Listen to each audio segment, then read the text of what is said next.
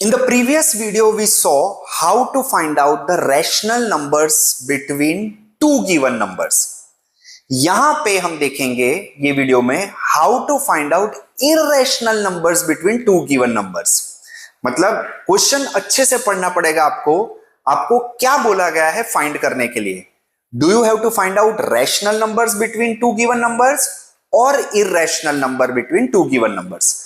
हम let us से एक क्वेश्चन लेते हैं, find 5 irrational numbers between let us say 3/2 and 7/2, जैसे हमने पहले रैशनल नंबर में किया था।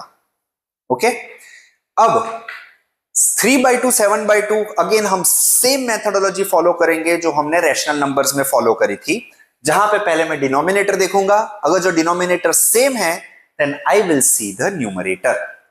क्या न्यूमरेटर के बीच में 5 का आपके पास गैप है? कोई मैटर नहीं करता। ओके, इरेशनल नंबर में ये कोई मैटर नहीं करता। क्यों?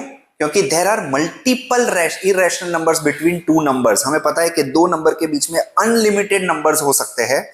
यहां पे आपको सीधा का सीधा उसको नोट डाउन करना है, बट नोट डाउन कैसे करेंगे? ये तो p बाई क्यू फॉर्मेट में है, बट वी नो कि इरेशनल नंबर्स को p बाई क्यू फॉर्मेट में नहीं लिखा जाता का। वही चीज का फायदा उठाना है इरेशनल में। तो सबसे पहले मेरा a है 3/2, इसको मैं डेसिमल पॉइंट में कन्वर्ट करूंगा। सो 3/2 को अगर जो डेसिमल में कन्वर्ट करूं तो मेरा क्या आएगा? 2 1 2, 2 5 10, टर्मिनेट। सेकेंड b है मेरा 7/2। 7/2 को अगर जो मैं डेसिमल में कन्वर्ट करूं तो ये आएगा 3.5। इसका मतलब है 1.5 और 3.5 के बीच में 5 इरेशनल नंबर्स लिखने हैं। अब इरेशनल नंबर्स के लिए मेरे को पता है उसकी प्रॉपर्टी क्या होती है, feature, they are non terminating and non recurring.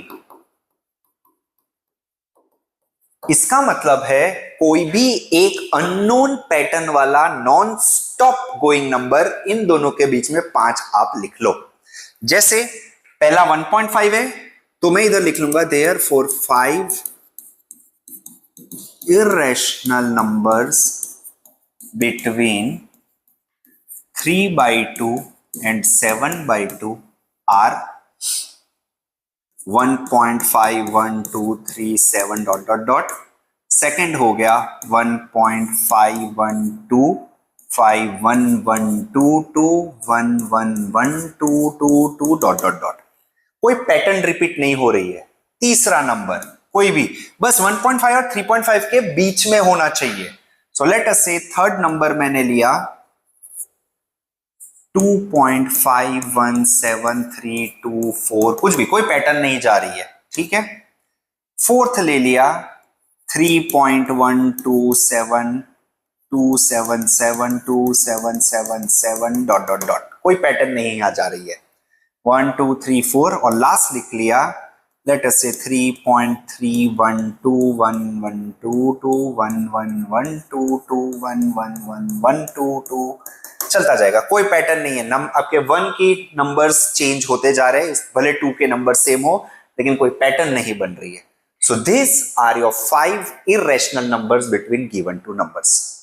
और ये सेम चीज आपको कोई भी बोल दे, मान लो कि इसके अलावा आपको 5 इरेशनल नंबर्स बोल दिया, find 3 irrational numbers between let us say 2/3 and 3/4, ऐसा कोई दे दिया तो सबसे पहले मैं इसको डेसिमल में कन्वर्ट करूंगा।